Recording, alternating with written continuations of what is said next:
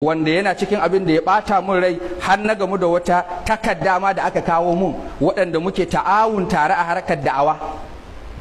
wai aka zayyana wasu abubuwa guda uku wai ana tuhuma ta da su wayannan abubuwan guda uku wai ko in janye ko kuma a rabu to me ne a ciki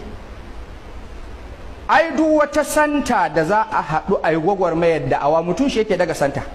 ba santa ce take daga mutum ba duk mai da'awar da ya amsa sunan mai da'awa shi yake kafa santa ba ita santa ke kafa shi ba saboda haka ni tun farkon da'awata tun ban gama gane ma hakikanin ma'anar da'awa ba ban san ciwon kaina ba dama ban liƙe da wani ba ko wata ƙungiya ko wata cibiya ban liƙe da ita ba ina jin kawai na shirya zan yi da'awa na haɗu da wani ko ban haɗu da shi ba na yi alaƙa da wani ko ban yi ba na sa a raina zan yi da'awa kuma in duk mutanen da nake tare da su a yau zan rabu da su wallahi ba zan daina da'awa ba dan kasancewa marucin kan dutse ne ban fito ba sai da na shirya billahi lazi ko kurkuku ka kai ni zan yi da'awa na sa a raina da'awa aiki na ne na shiga cikin ta na mata shiga sojan badakare so no going back in dai maganar da'awa ne ta zama jini na saboda haka ba wanda zai mun wata barazana wai abu ukun kuma abin takaici abin da nake ga kamata ya aban award a kansu wai su ne wai ake cewa wai in janye ai wannan bari in maka maganar larabawa duna zalikal maut na rantse da Allah almautu ahwan akan in janye akan wannan mutuwa tafi mun sauki wai na farko wai case din Deborah hasada ce kawai wani mahassadi wanda ya isa na a gaba kuma ba zai iya kai karshe na ba da izinin Allah saboda kamar yadda masu waka suka ce wa iza arada Allah nashra fadilatin duwiyat ataha laha lisana hasudi laula ishti'alun nari fi ma jawarat ma kana yu'rafu dibu arfi al'udi shi mahassadin nan take yake zuba maka duk abin da na faɗa in dai yayi tasiri to sai ya lallabo ya shigo da sharri in bai yi tasiri ba abun ko mai hadari ne in bai yi tasiri ba haka ji bakin sa amma in dai magana ta tafi viral to shike na rigima ta tashi kai dan me kai zaka faɗi wannan magana dan me zaka faɗa mutane su yadda har abun ya musu tasiri shike na shine hasadarsa shi shige ta kulle to wai abu na farko wai abun da Bora fa da ya faru tun 2022 a Sokoto wannan da ta zagi manzo Allah matasa suka hasala suka kashe ta nayi magana a lokacin nace Allah yana bin lauyoyi bashi su tafi birnin Sokoto dan ba da kariya ga wa'annan matasa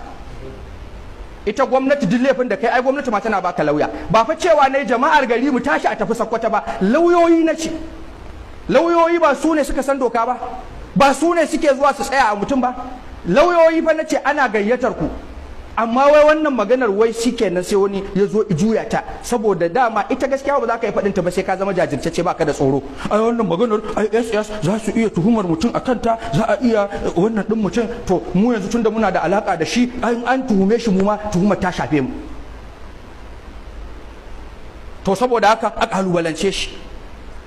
to wannan maganar ko za a mutu a tashi ina kanta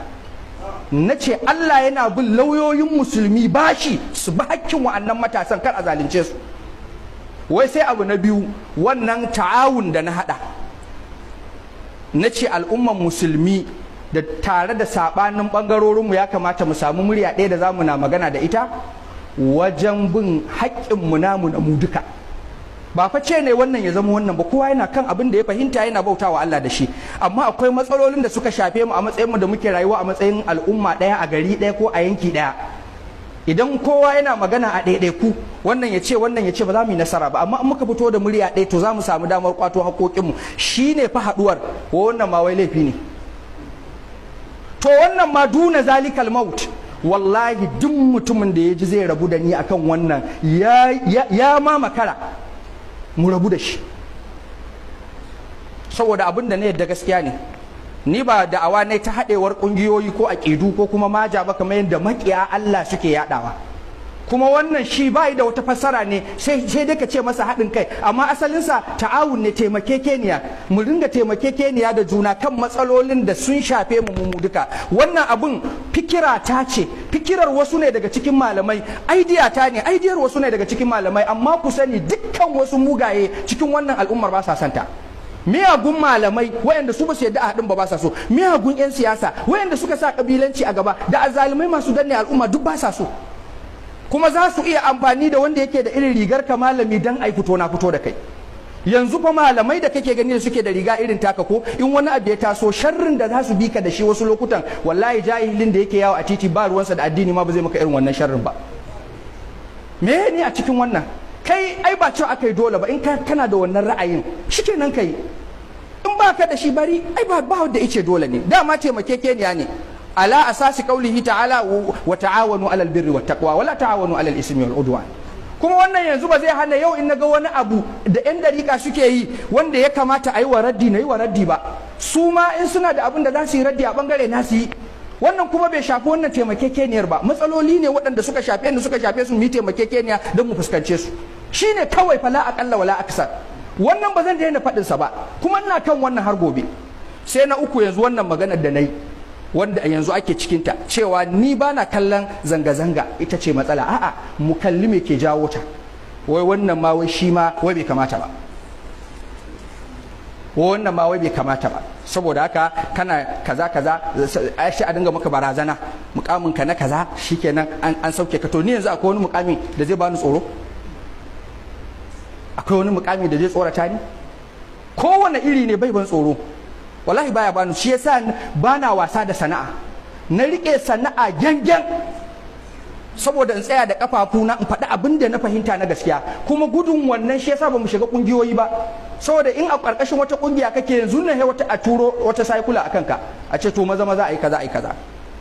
To wannan gaskiyar kuma ba gudu ba ja da baya. Saboda haka duk abin da ka ji na jajirce a kansa na fahimce shi a matsayin gaskiya ne, na yadda in rabu da kowa a kansa.